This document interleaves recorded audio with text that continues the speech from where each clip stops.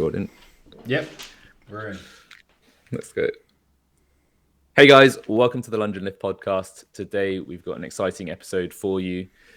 This will be coming out the Monday of 22.1, the CrossFit Open, and we want to do an episode all about how to win workouts. So this will help you if you're currently participating in the CrossFit Open, but also if you just like to do competitive workouts and win rather than just train.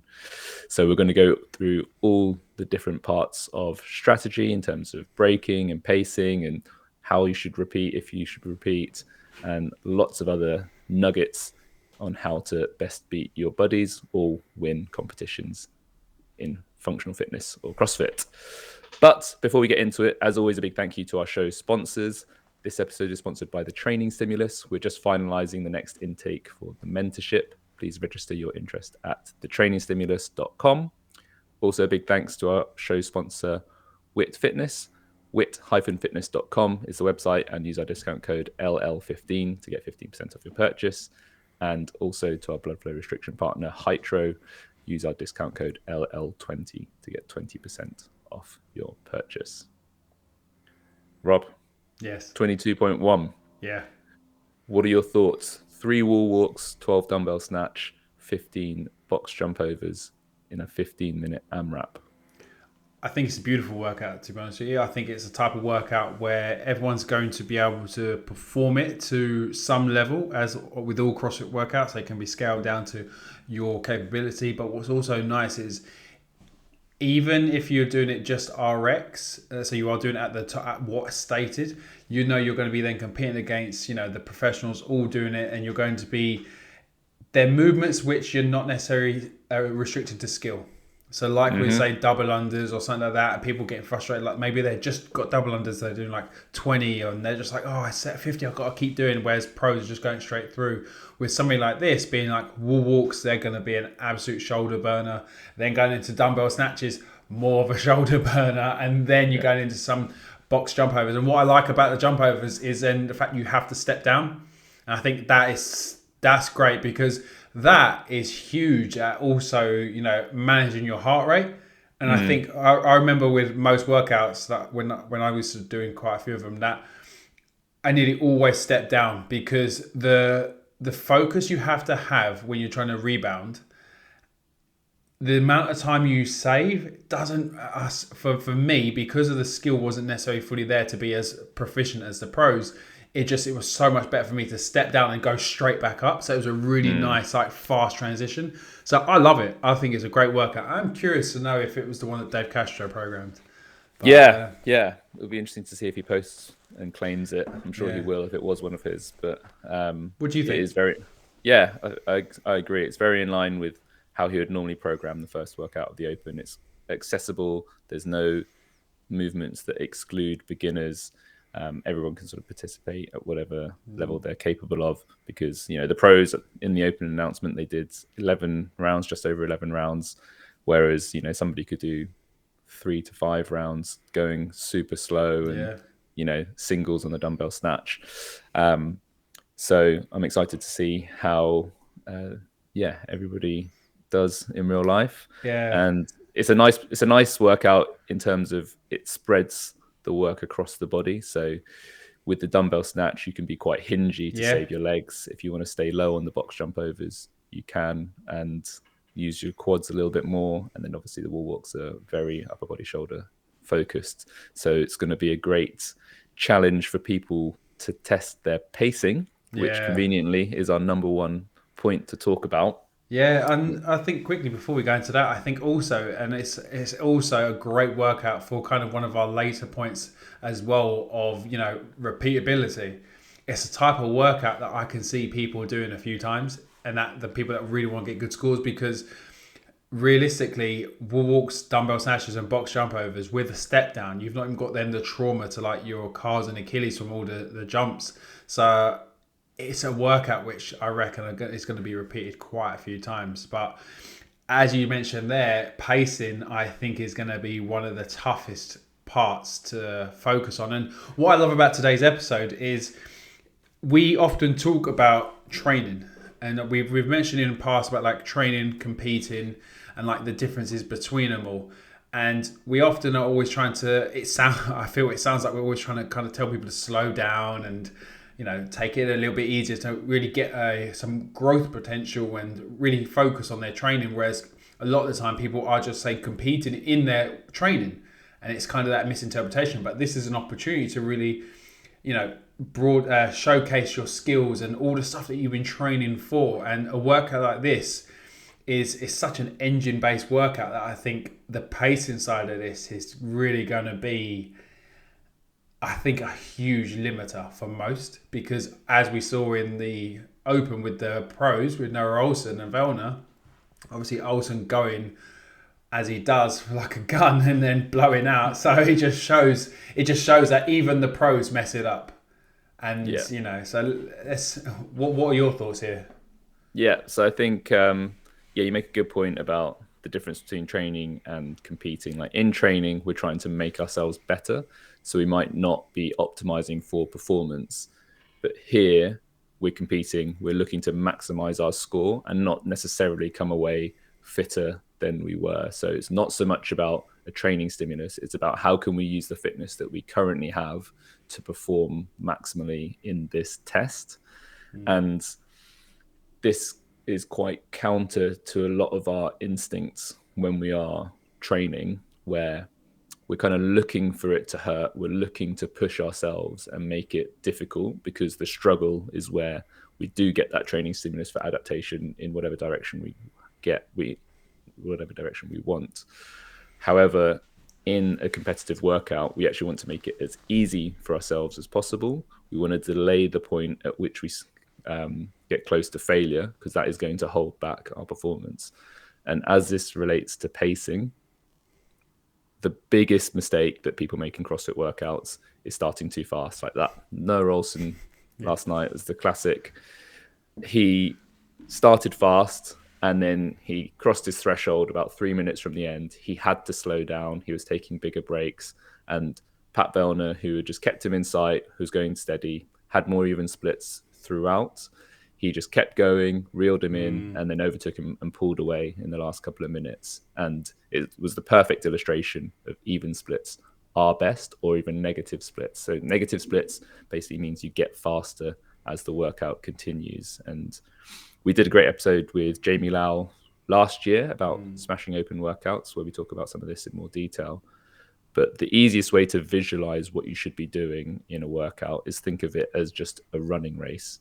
If you're doing a 15-minute max distance run, you'd want to run at the same speed throughout and potentially have a sprint finish. What you absolutely would not do is start faster than your average pace and then try to hang on. If you're getting slower, you've crossed the threshold, and physiologically it is not as it's way worse physiologically in terms of your overall performance. Once you've redlined, the cost to catch your breath and get back under threshold far outweighs the benefit in speed. So you basically want to be working at a sustainable pace and then cranking it up in the last 90 seconds for almost every workout. Yeah, and I think what's really important here is, I think that's a really good point when you visualize it as a running race, as in, like, if you imagine like your local park run and someone goes sprinting out the gate, you're like, you'd look at them and think, what the fuck are they doing? We've still got a long way to go. And that's the thing. And then why is a CrossFit workout any different? So it is really funny when you put it in that frame. But what's important to really understand here is differentiating between everyone's redline, because everyone's redline is slightly different. Some people can get to that point of pretty much where your heart rate is in, say, 90%.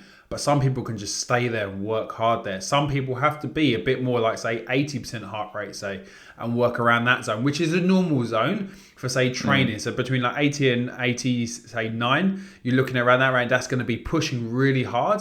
And then you'll probably be able to still turn it on at the end. Whereas like some people, as soon as including myself, as soon as I start basically training, my heart rate goes up. So I'm like Redline Rob for the reason, because it's like, I just start working hard. And this pacing was always something which Gus, previous show guest, and obviously was head coach at WIT, He was great at pacing. He knew his body. He knew when he could push. He knew when he couldn't. And I always remember competing against him and stuff like that in workouts. And it was always, I'd push as hard as I could, and then he'd always overtake me at the end. And that was the thing, because I lacked that understanding. And then as I got better, and I remember one of the workouts, I've said this before, like one of the workouts, and you paced me through it, and Tom Lowe went just before me and absolutely hit a wall and got it was so funny. I was going to have to get the bin out. Yeah, because it was a rough workout. And then you was like, look, take it. So it was what was it? It was 31, 27, 21, 59 of dumbbell thrusters and pull-ups, wasn't it? So it was a great workout, but it was a type of one that, I still had something left at the end. And it's so hard, because pacing is delayed gratification. Because when you think, right, I want to work as hard as I can here, because it means I'm going to do as good as possible. But so that's that instant gratification, because I'm working hard, I'm going to do well. Whereas delayed gratification is pacing, because you need to think, right, in the last, say, 5 minutes, I've still got a little bit of gas. In the last 2 minutes, I've got the last little bit that I can really push for another full round, maybe a little bit more in this case.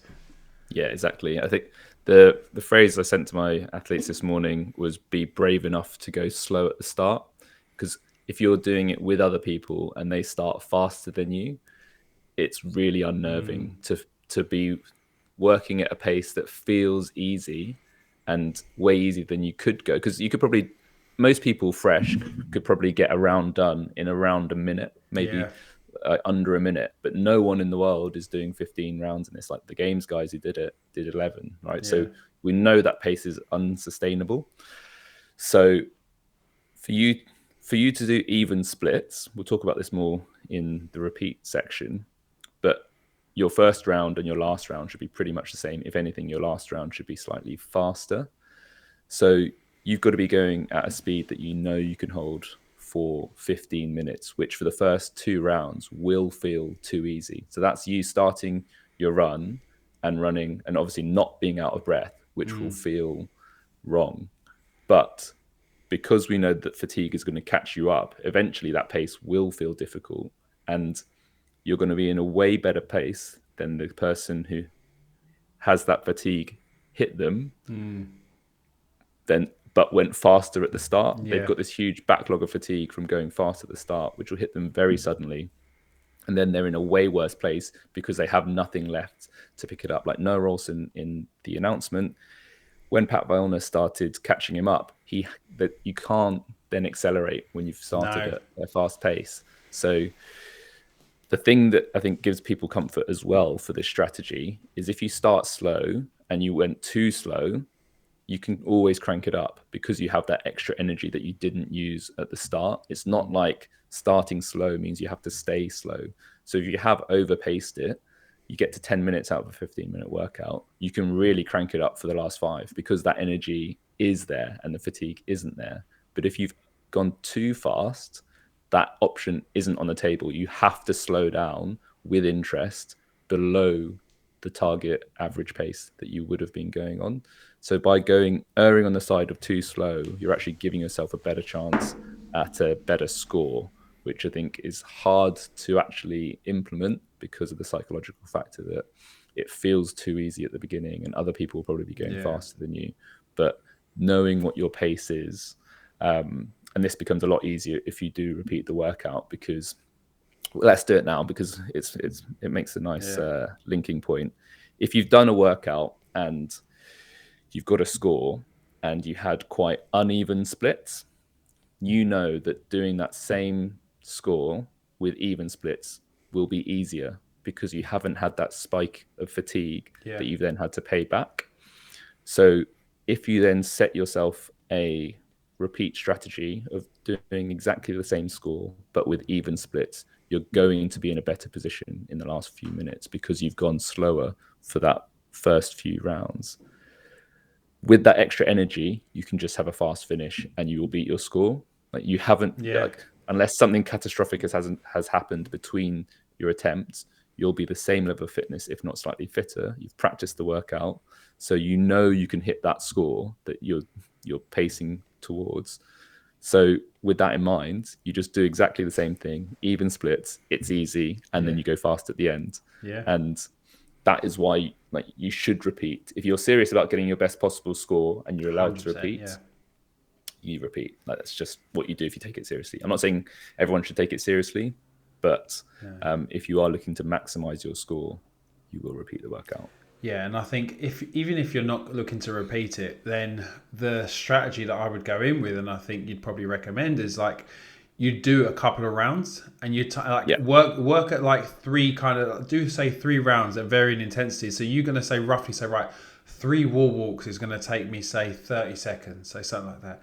Then the dumbbell snatches might take me another 30 seconds, and the box jump another 30 seconds, right? So you're going to give yourself a minute and a half. So you could say, right, I'm going to try and pace it at this pace. Go through the first round, a minute and a half. Second round, maybe a minute 25, then a minute 20, say, as a 3. And you could say, right, which one of these felt like I could sustain it? I might actually need to go 135 because I felt 130 was 125 was way too fast, and 130 is too close to that threshold. So it's, even if you're not going to repeat it, it's still important to then feel the workout first. Because if you're going in with just that mindset of like, I'm going to do 30 seconds of wall walks, 30 seconds of thingy, and then 30 seconds of box jumps, it's like, even on paper, that sounds about right. But in execution, all paired together, which is the whole thing of an open workout and why they're challenges, when things are paired together, the fatigue is mental. And that's the challenge. And it's so important, and I'm not sure if we've got it in the notes, but one of the most important bits as well is to spike that heart rate before the workout. You do not want to go into the workout without having a higher heart rate first, and that's because and that's another thing of kind of feeling counterintuitive. I don't want to be tired before the workout. It's like, yeah, but you need to feel it, because a lot of the time, and if you've done any type of open workouts before, once you're in the workout, you're in, and you're going through, and then it's not, as I say, if you've already spiked your heart rate, then it feels like, oh, it's fine, I'm already here, I know what it's going to feel like. So that repeatability is key, and I think doing workouts twice, I think is a good thing to do, because you should learn from each attempt. But this then comes into the thing of, I guess, have you filmed it? Have you made sure you've got statistics? Otherwise, you are just doing a workout twice, which is that's then when it seems pointless, because then there's no logic behind. The only thing you've got better at is knowing what it feels like. So you could probably improve slightly.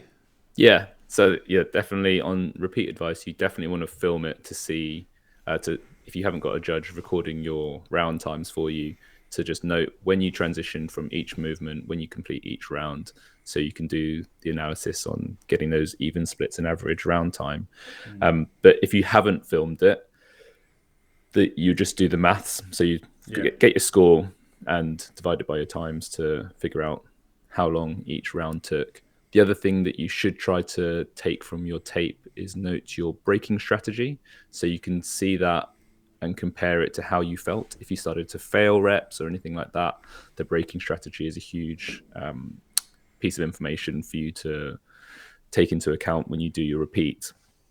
And on that braking strategy point, it's the same as the overall pacing strategy, in that you're looking for evenness. Like, so if you've got a set of 50 reps, doing 20 20 10 is way worse than doing 17 17 16, because in those sets of 20 you risk going over threshold, and you don't have any benefit because you're still breaking twice. Like, psychologically, doing a set of 10 is obviously easier than doing a set of 16, but in terms of output, you still have the same number of breaks than 17 17 16, which is more even pacing. And remember, we're looking for that even workload throughout the workout, so that we can stay under our threshold until the very end, when we can make our final push. And it's a common thing, people just like round numbers or anything like that. And a slightly descending rep scheme, I think, is nice psychologically, but remember, even pace, even output throughout the workout is most efficient. So when you're looking at your braking strategy, what's the fewest number of breaks that will keep you working at a sustainable pace. That's how you should do it. And I don't think there's too much argument around the science behind it. I think you're 100% right. As in the 2010s, like that makes sense. It's a nice easy break, but I think the thing with 17, 16, people are like, did I do 16? Did I do 7? Like, do you know what I mean? It's for most people, I think that's where it's gonna, like, if 20 feels like a round number that you can work to, but only problem with that is as you say, those extra 3 reps, which is nothing. Say with a 50 rep exercise, it's like something like double unders, box jumbos, what are those type of aerobic exercises. Those 3 reps could really take you over the brink. And exactly. As you say, it's then really not worth it because you are trying to make it repeatable. And the thing with breaking is, as you get later into the workout, you still want to try and be maintaining the amount of time between the breaks. And this is then where it's like, it's all well and good you say doing 17, 17, 16 or 20, 20, 10, whatever you've decided. But if in the first, say, 5 rounds, you're resting, say, 3 seconds between it, and then you start going between 6 to 10 seconds because you're gassed, it just shows you've pushed too hard. Exactly. So then that actually might mean you need to do more of a 4-break strategy because you've got to find your threshold. And this is where training is so key. This is why we train, because we need to learn about our bodies and understand where our thresholds are. And they're the statistics that, most people don't do in training.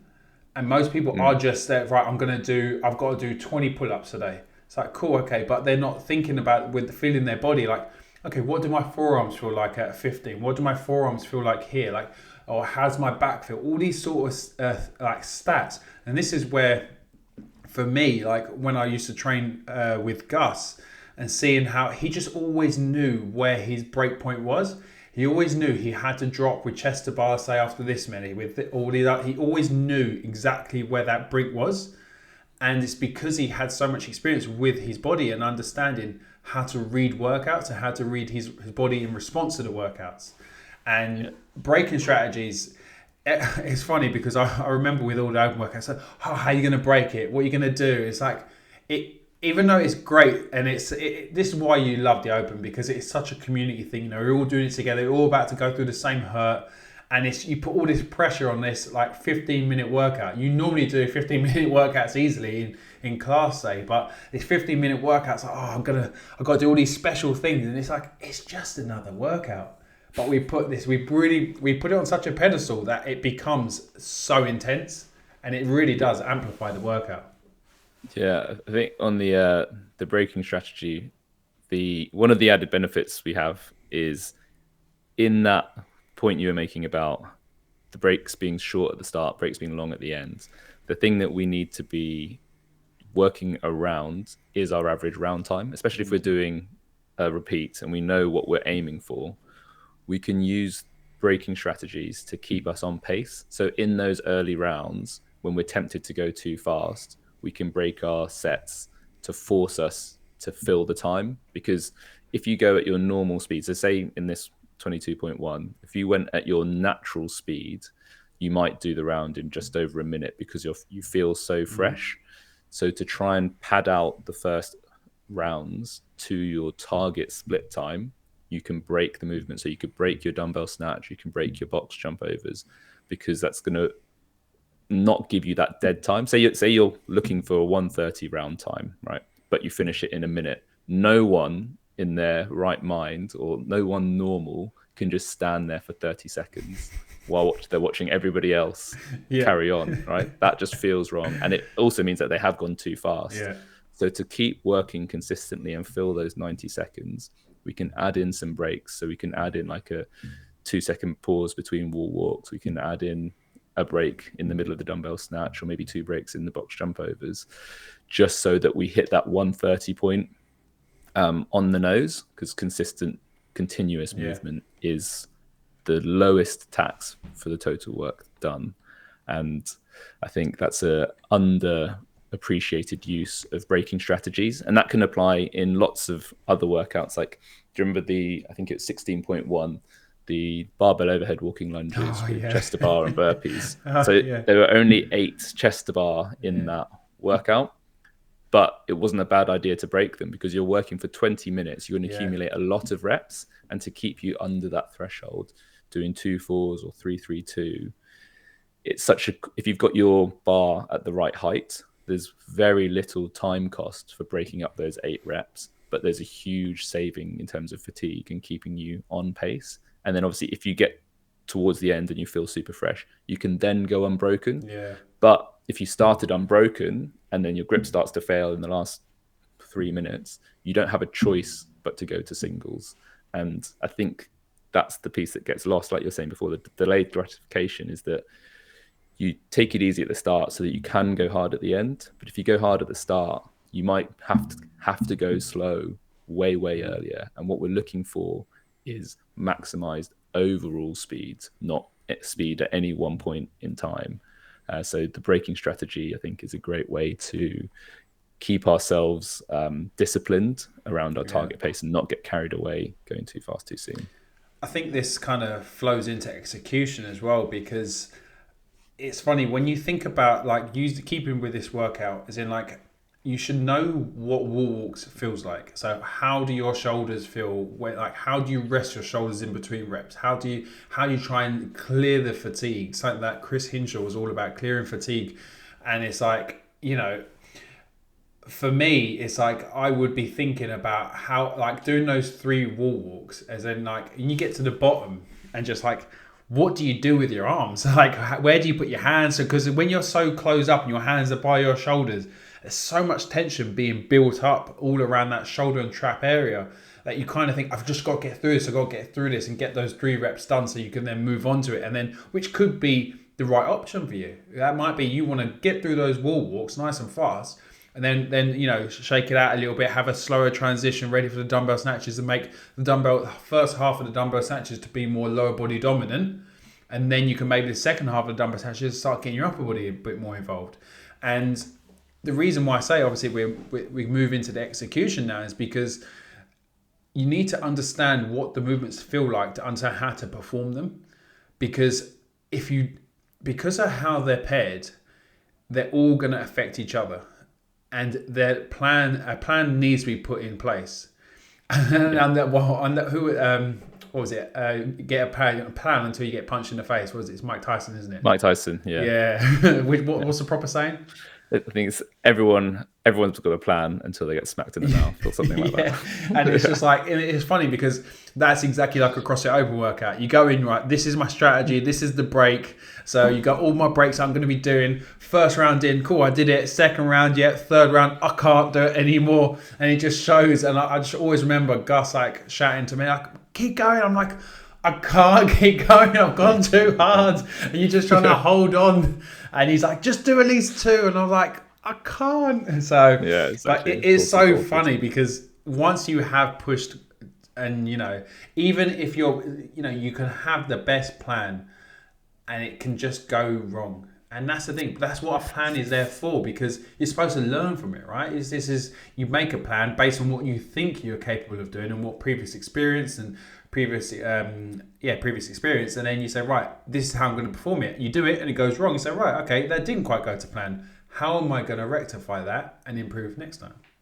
Yeah, exactly. So I think in planning a workout, in a perfect world, you have an idea of your thresholds, like what sort of set size you can do unbroken, your total capacity, and what sort of speeds you can do movements. So if you've been diligent in your preparation for the Open, one of the things I like to get my CrossFitters doing is basically 40 seconds of certain exercises, so they know how many reps they can do in what time frame, and they do 40 seconds of work, whatever break strategy they need to get maximum reps. So they could do lots of sets, or they could do one big unbroken set for 40 seconds, which could be heroic.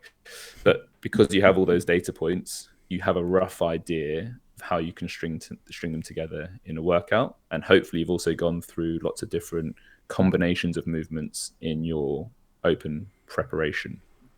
If you don't have that information to hand, don't worry, you can do that for next year. But what you should do is the test rounds. So as Rob alluded to there, in your warm-up, you want to do a general warm up to get your heart rate up. So something we call a heart opener, where basically you do some increasing intensity cardio so that your heart and lungs basically get stretched out. You start moving blood and oxygen around the body at a higher rate than you currently are. Yeah, the assault bike's good for that. Yeah, exactly. I love it. Just basically increasing assault bike ladder. Then you want a specific warm up to make sure your body's obviously prepared for the movements at hand. And then we go into mini rounds and rounds.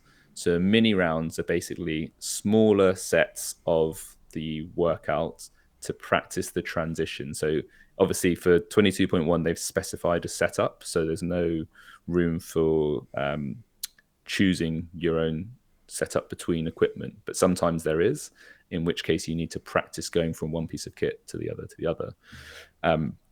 So in these mini rounds, we're not only practicing the transitions to make sure we're slick and not wasting time going from movement to movement, but also practicing the feeling. So what we call interference. So if you're doing movements that have similar muscle groups involved, that will interfere with your ability to do the second movement. Because say you're doing 2 shoulder dominant exercises, it's very, very different to do that than doing a leg exercise into a shoulder exercise because of the localized fatigue that will accumulate. So you're doing that in your mini rounds just to get a feeling for the transitions and the interference. Then have a little rest before doing the full rounds so you can feel what the pace is like, and that will give you your gauge as to whether your target pace is too fast or too slow. But as we said earlier, it's going to feel way easier doing it in your warm-up than it will in the last third of the actual workout itself. So go conservative, because what you can do fresh is going to be way behind what you can do fatigued. But just to sort of feel it as a last sense check that your pacing strategy is reasonable. Other points I wanted to make on the execution is that no open workout is long enough for you to become dehydrated. The hydration should have happened before the workout. So there are no water breaks. Like, you do not need to stop to have a drink of water. You're not going to die of dehydration in 20 minutes, which I think is the longest time cap for an open workout. Minimize chalk application. Like, a lot of people use the chalk bucket as an excuse to extend their rest breaks, myself included. But like, dumbbell snatches needed all that chalk. You know, like they did it last night. Yeah, like even the games guys did it. You know, and I think realistically, you've just got to be honest with yourself about how much you need, and the less the better. Because if, say, you've left yourself 6 to 10 seconds for a transition, you'll feel like it's 6 to 10 seconds when it's actually 6 to 10 seconds plus a chalk break, because you're not including that chalking in the actual rest time. So it's just an easy way to fool yourself into thinking you've got more rest than you have. So I definitely minimize chalk wherever possible. And related to that is the deliberate placement of kit. So if you are transitioning between different pieces, especially double unders, placing your rope in a position which means you can quickly get onto it next time. You don't want to be untangling it or fetching it from somewhere miles away. Exactly. Like a classic, like the dumbbell is a classic one for this. If someone drops the dumbbell and it has an awkward bounce, it can end up a couple of meters away. And then you've got to go there and bring it back before you can start scoring again. So all real basics, but putting your time and attention on them is just, they're non-fitness related gains. Like, you don't need to be any fitter to score better in these ways. So the more of them you can tick off, the better you're going to do to maximize your fitness. Because you, like, say 2 people are equal fitness, one of them takes into the account these tips, they will beat them because they're just 100%. Making up time and efficiency. And this is experience, because again, it's like you have those 2 people at the same fitness level. It doesn't matter the level that they're at, but they're the same fitness level. And one person places their, say, dumbbell down after those dumbbell snatches, you know, and they go and then transition to their box and doing all that stuff. In the first couple of rounds, they might be a bit slower than the person, even if they're moving at the same pace, because they're placing it down. But as you get more tired, you start placing things down more sloppily. especially if you're not being purposeful with it, that dumbbell will drop and bounce. The rope, say if using the rope as example, the rope will maybe trip up and you're like, I'll deal with that in a minute. And it's like, because you don't think clearly when you're in a workout, you think with like the workout brain where it's just very hazy. And that's why having, say, your coach there or having someone to guide you through the workout, make sure you've got your paces written down so you can see the clock. The more you can do when you're clear-minded to make your workout easier to follow means you'll have a better execution, because it is just, once you're in, and there's no faffing around. You just got to get the work done. And the chalk break was always the funny one. It's like a chalk break for box jumps. You're like, what are you doing? I need it for what I'm going to next. But the little things, like you could be doing that while you're jumping over and chalking your hands. Like that is an option. But with a workout like this, it's just, yeah. But something that's that I mentioned a little bit earlier, like if you think how like you're going to go from wall walks to dumbbell snatches to then your box jumps. So you think shoulder dominant, lower and shoulder, and then lower. So you've got like full body followed by an upper and a lower body, right? So as I say, in that middle set of dumbbell snatches, starting with maybe a lower body dominant version of that movement to kind of try and help the shoulders feel a little fresher, and then transition to more of, say, a muscle snatch towards the end to save the legs, getting ready for the box jumps. That's a purposeful execution. That's a thought of, right, this is how I'm going to perform the reps here. And what you might say is using, say, the 50 reps of the 17, 17, 16. You say for the first 17, I'm going to all lower body, which is going to be a little bit more time consuming, but that quality of the movement is going to stay tight, which then means you're going to get into the 17 and you might be able to do a bit more of an upper body dominant. And then, these are the thoughts that you should have if you do want to perform the best you possibly can at a workout like this, because it seems really finicky, like thinking about all these little details. But when you've got this many people performing the same workout, those little details give you many, many places on the leaderboard. And even if you don't care about the leaderboard and you just want to perform to the best of your ability, doing it purposeful is the best of your ability, rather than just going YOLO and going, fuck it, I'm just going to hold on and see what I can do.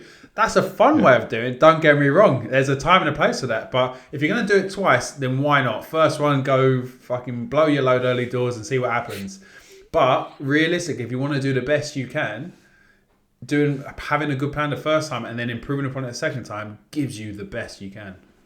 Yeah, I really like that point about managing the localized fatigue, where there are some movements which can be done in multiple different ways, and the exercise pairings make a huge difference as to which techniques you should be leaning towards. So as Rob said there, for a dumbbell snatch, you can generally be like a more squatty technique or a more hingy technique. And the hingy technique is generally faster, but loads the lower back and sort of hamstrings. Whereas a squatty one obviously uses the legs, quads a little bit more, and is a touch slower, but more efficient and saves your lower back. So depending on the pairings, you should choose one over the other, and obviously your personal strengths. Another classic example of this is toes to bar, which can be done very abby, like using the core a lot, or very latty. And depending on what it's paired with, one versus the other might be better, or also just for spreading the workload around the body. Once one muscle group starts to get tired, you can switch techniques to use the other one more predominantly. And these are all ways to get the most out of your fitness, rather than just switch the brain off and get close to localized failure, which is going too fast in a sense. Yeah, and I think it's this. Don't get me wrong, that all these sort of things, this needs to happen in your off season. This needs to happen where you understand the difference between, say, a lat dominant toes to bar and an ab dominant toes to bar, like a squatty dumbbell snatch compared to a hinge dumbbell snatch compared to, say, a muscle snatch and a power snatch. Like all of them, like a power snatch will be so smooth, but it is a little bit slower at the start. But it's a type of one where, because you're actually doing less work for a dumbbell snatch, it's actually a little bit easier. But later that in a workout like this, where you've got 15 minutes of the same movements, just imagine if you look the same as you did at the start, and perform even better at the later of the workout. That's exactly what you want. You look at someone like Fraser and stuff like that. You watch the workout that they did, the 30-30-30, the Isabel Grace and Ring Muscle Ups one. Yeah, right? And it's like you watch him do his barbell snatches at the end, and they still looked great, even though he was absolutely gassed. Because it's like, it's that purposeful execution. He knows his body. He knows where he can, pull the pin. He knows where he can start to get into it. And that all comes from training. So even if you think, fuck, I've fucked it this year, I have to wait till next year. Like, no, you don't. You don't have to wait till next year. But maybe think about repeating the workout. Think, right, I'm going to do this workout twice because I want to see if I can put some of these points in action. Because I want to say, okay, cool. I took some of their advice in the first one, and it didn't quite go to plan. But this is what went wrong. I didn't execute how I wanted to. My breaks weren't right. So you've got this in your head, and it's the biggest thing about execution is to stay in your own lane. Because it's so easy on a Friday Night Lights and everything like that to get caught up in everyone else's execution. And like this pacing, execution, whatever word you want to put to it, is in like, it's so hard to stay focused on your own stuff, especially when the energy's good, the knockers are flowing, and everyone's there. It's you feel great, and it's like you put all this hype behind it, and it's an awesome feeling. That's one of the massive parts about CrossFit, right? Which I said earlier, like the community aspect is great because it's everyone's going through that same hurt together. All around the world, they're all doing the same workout, so. Don't feel bad if you do get caught up in the thing, but remember, you can repeat it and you can do better next time. Yeah, on that point of things going wrong, one piece of advice: if you're only doing one and done, having a plan B. So if you get 3 minutes, say it's this workout, you get 3 minutes into it, and then you realize you can't hold it, having a secondary pace to fall back to in mind so that you can repace yourself to something that you can actually sustain. Say you've gone over threshold, you don't just stay over threshold for as long as you possibly can until you're forced to go like super, super slow. You need to correct as quickly as you've realized you can't sustain that pace to be as close to sustainable as possible for the rest of the workout. So having fallback pacing, so say you've gone out for 130 round times, you've done 2 or 3 rounds, you've realized you can't hang on to it, knowing the timings for 145 instead of 130 to then have that middle section slower and more sustainable. Hopefully, if 145 is then a little bit below your threshold and you're able to get things back under control, you can then crank it back up for the last few rounds, the last 5 minutes. But if you don't know what you're going to pace yourself to if things do go wrong, then you will just carry on. You'll stick with the 130, do 1 or 2 more rounds, and then after 5 rounds, you're absolutely fucked.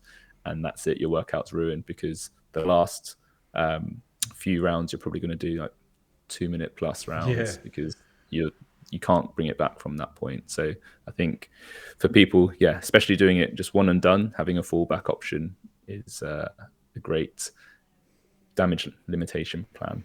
Yeah, and as you say, there's nothing wrong with that because it's learning your body. And it's like, if you have gone slightly too hard and you thought, you know what, this pace is going to be fine, like that 130 pace, I'll be sweet, I'll be completely fine. And it's just not, you haven't failed.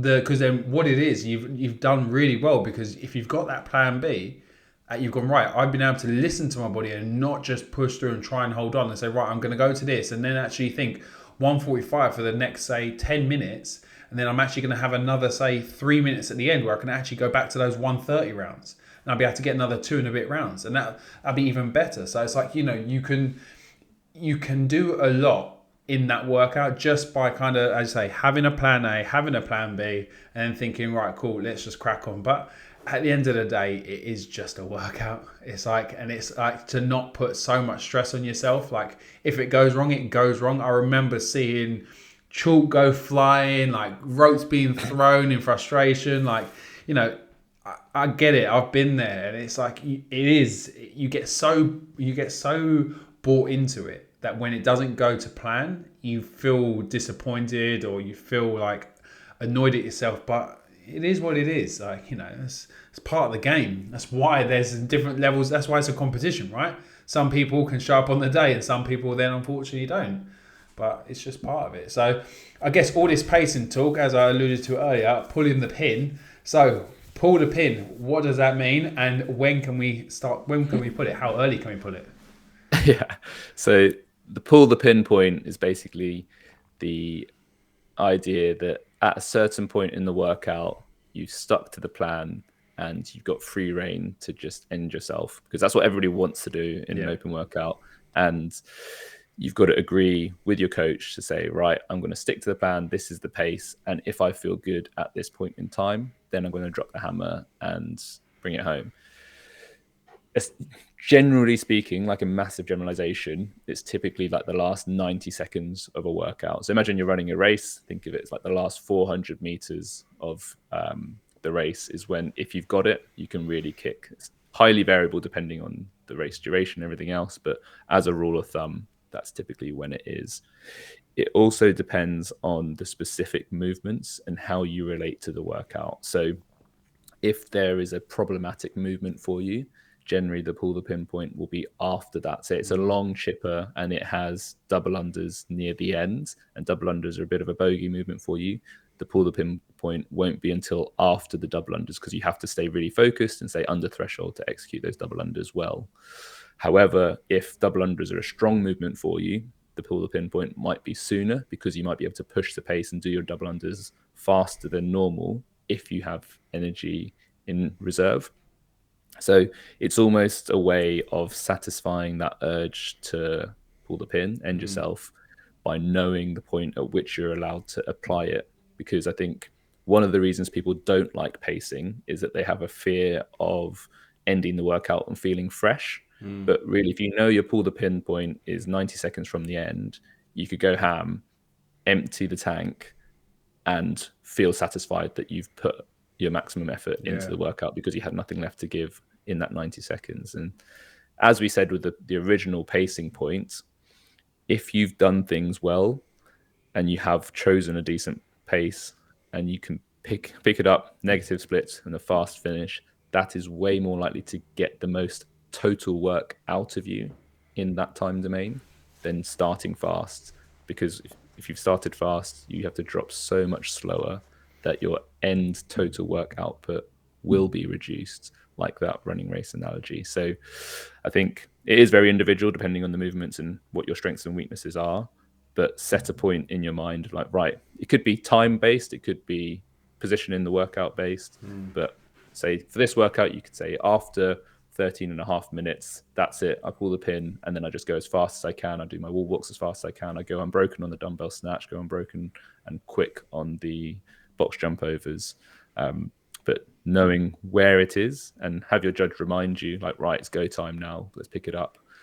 Cut your rest breaks, everything like that.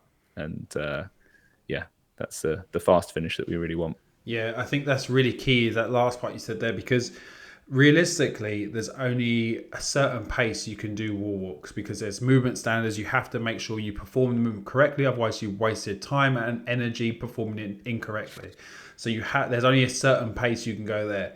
Dumbbell snatches, again, there's only really a kind of a set pace there to make sure both heads of the dumbbell touch the floor. It locks out overhead. Like you can go, as I said, you go from a power snatch to a muscle snatch. So it's quicker. So you know, right, this is the time where all of my reps are going to be muscle snatches because they're quicker. And then the box jump overs with a step down. That step down means you can only go a certain speed as well, because realistically, you have to know as soon as that foot hits the floor, you're back up. So then that's like your rebound.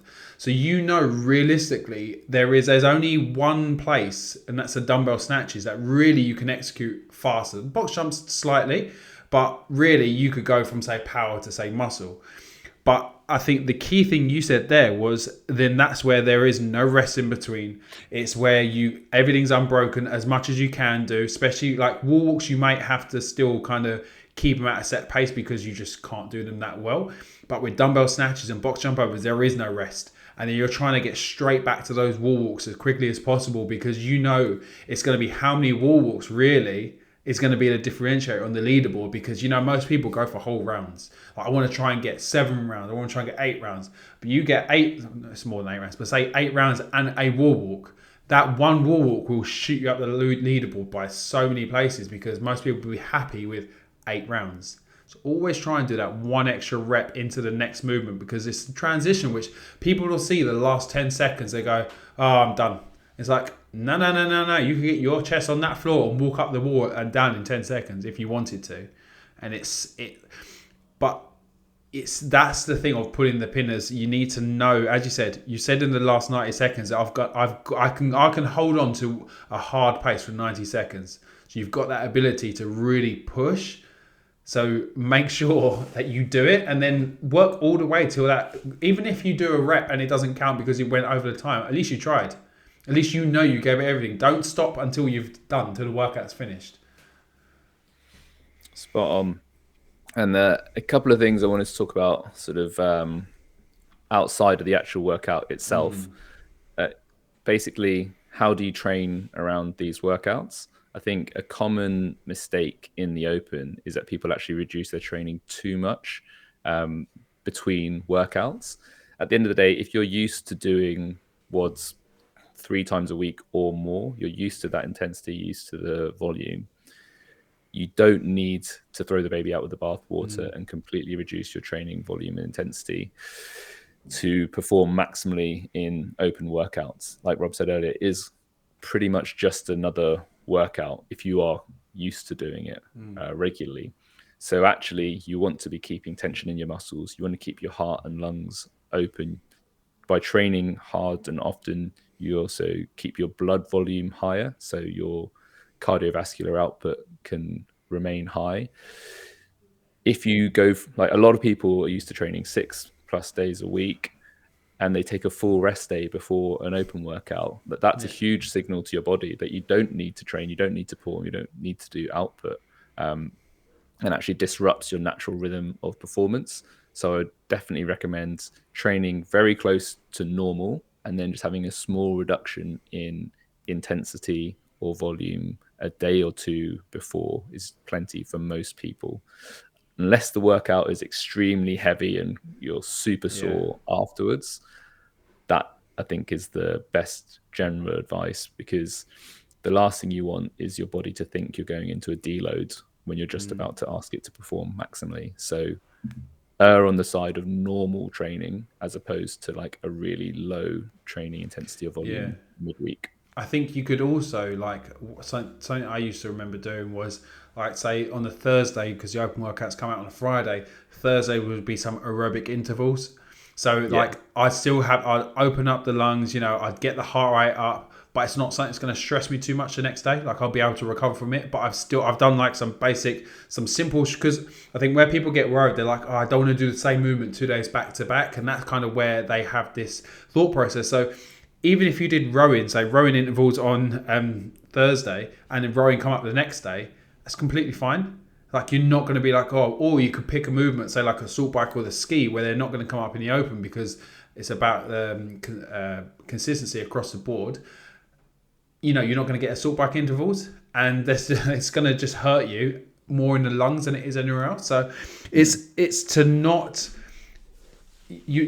got to be smart, I guess, as you mentioned there. Think about it, but at the same time, it's, if you are training as much as most people are when it comes to the open, like, you just get on with it. Really, it's just like you just take things into consideration. Maybe don't do a bunch of pull-ups the day before and blow out your hands, or some heavy work like heavy deadlifts or heavy squats the day before. That might not be smart, but think about the stress on your body and what you can easily recover from.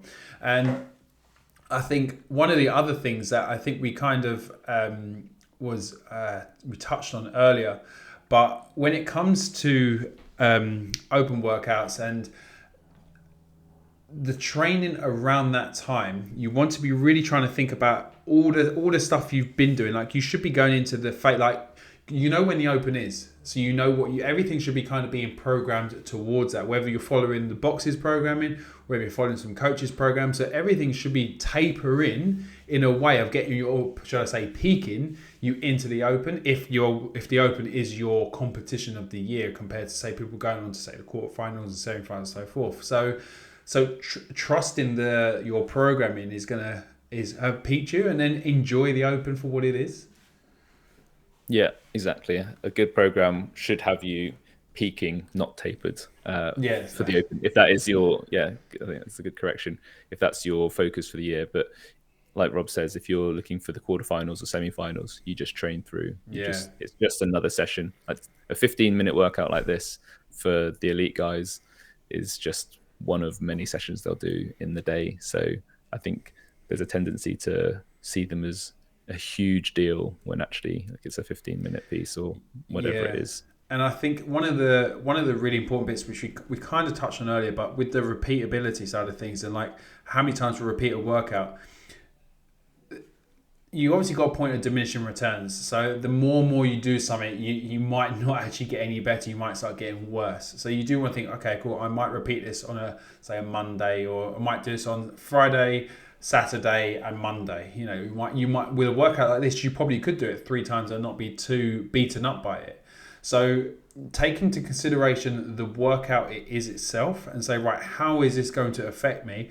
And have in your mind that I'm going to do this potentially on Friday and Monday. And if I feel great after Friday, then maybe you might want to redo it for a third time on the Saturday. You might take that into consideration, have a rest day on the Sunday, and then repeat on Monday. What are your thoughts on that? Yeah, I think it completely depends what you want out of the Open. Like if you're just looking to get to the quarterfinals and you're comfortably going to get to the quarterfinals, then you could go for just a one and done approach, because you know you're going to get top 10% without giving your absolute best performance.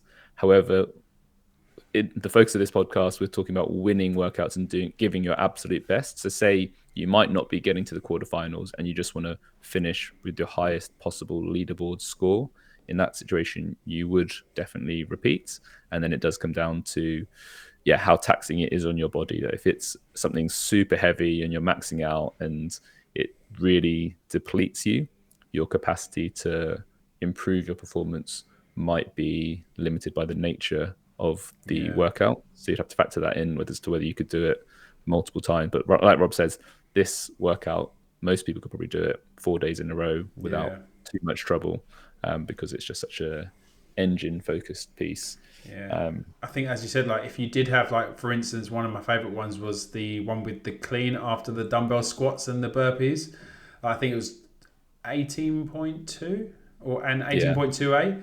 And I loved it because I did it on the Friday, fucked it up, did it again on the Monday, and did get better at my clean. And I beat my clean, and I was really happy with that. But and the funny bit about it was doing it on the Friday. I did the squats and the burpees too fast, as presumed, because it was 1 to 10 or 10 to 1. It was 10 to 1, wasn't it? You did 10 squats, 10 burpees.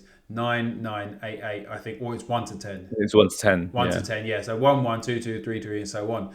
And then you had was it a break? Did you have like a... No, you went straight into... total time window, yeah. So the faster you did the squats and burpees, the more time you had. So most people would have enough time to have a minute or two off before attempting a clean. Yeah. But there was no enforced break. That was it. And I just remember, and just...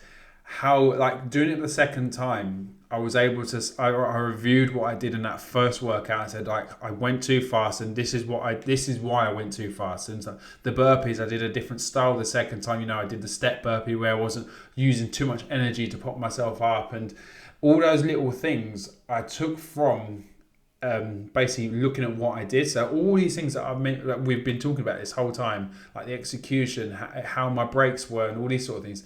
They're all the things that I took into account to improve my time the second time around, and then improve the total load lifted. And I think something that also we should probably touch on as well is when we talk about outside the gym, I see PH Nutrition put up a post about how to eat around the workout and stuff like that. I think just like with what we've been mentioning all along the training side of stuff, most of the time it is just another workout. So nutrition shouldn't be too far different, because you don't want your body to have another stress to deal with. As in, like, suddenly this extra load of carbohydrates that you're suddenly ramming back, and it's like for this 15-minute workout, and you're like, it can be a bit detrimental. But definitely, eating a little bit more, maybe across the board, maybe having a little bit more sleep and getting, drinking a bit more water throughout the day, staying nice and hydrated, just doing your basics right and just getting them done just means that you're putting yourself into the best possible state when you turn up to do the workout. Exactly. Like you say, it's not the time to change much. Your body is used to working out and training, so your normal routines are the safest place to start. But as a general rule, you want to eat a little bit more, sleep a little bit more, hydrate a little bit more to give yourself the best chance of producing your maximum performance. It's not the time to try and go low calorie or try any new eating styles like fasting or anything like that. You basically want to reduce non-training stress as much as you can. So yeah, in your lifestyle as well as in your nutrition and hydration, try to just be as zen as you can so you can really turn it on when you get into the gym. Now, you could have listened to this whole podcast and thought, Ash, Rob, you don't even do CrossFit. You don't know what the fuck you're talking about. I'm going to go and end myself and have fun. Go do you. Go and have fun. We've had the experience, we've both been there, and I think if we both wanted to, we could both put out a very good performance, couldn't we, Ash? Oh yeah, be good games, mate, if I wanted to. Exactly. But these are observations from two coaches that have obviously personally done it, had coached athletes through it and coached clients in the gym, and it has been around this now for a good while, and you just see the same things every year. And, that's part of the fun, right? You go, this year is going to be the year. Get to the end of the Open. Okay, I fucked that up. I should have worked on those double unders, or I should have worked on this year. And then you go through it in the first couple of weeks afterwards, and then you get back into your routine of things. And it's just like, it is fun. And just remember, this is a nice baseline for you, that especially if you've been doing this for the past couple of years, it's a nice test. Every year you get to see how you're performing, where you're improving. And, even if you haven't been recording it on the CrossFit website, you still get to see these stats yourself, because you can probably look back on your own statistics if you have been tracking your workouts, which you should do if you listen to this podcast, because we talk about your stats is very important. Yeah, absolutely. So I think to sum it all up, the key takeaways are, kind of like Rob said there, if it's just about fun for you, you can ignore the whole podcast, just go bury yourself and have a laugh. But if you do want to win and maximize your performance, it starts in the week leading up to the workout. Get on top of your recovery game, have a small reduction in intensity just before, and eat a little bit more. On the day of, or in the days since the announcement, get your strategy in place. So using your experience and knowledge of yourself as an athlete, and hopefully some help from your coach, plan the workout, have your target paces per round and your braking strategies. Make sure you've optimized your kit setup, but also have a plan B, especially for your first attempt. Once you've done that, then it's all about tape review and replanning. It's safe in the knowledge that you can do better if you have more even paces and tweak the little bits that you identified as areas for improvement from the tape review. And then in terms of the actual execution, especially for repeats, get your judge to help you stick to your plan and just keep an eye out for that pull the pin point to really bring it home. Yeah, and at the end of the day, it's all in the name of fitness, right? We're all just trying to be a little bit better every day. So good luck, guys. We hope you enjoyed this podcast, and we hope you got some really good points for your open workout. Do tag us on Instagram at lunge.lift with your open score. Tell us if you put any of the points in action. It'd be really good to see if some of these have actually helped you get the best score you can. And as always, if they did help you, what you could do is share this episode with other people. If you do want to spread the love of how to win workouts and not to keep it all to yourself, share this episode with others, and hopefully then help them try and beat you, make the competition floor a bit more fair. So I hope you did enjoy today's episode. We look forward to talking to you next week. If you did want to leave a review, you can head over to Apple Podcasts. You can head over to YouTube, subscribe to our YouTube channel, and enjoy the open, guys, and we'll see you next week. Thanks, guys.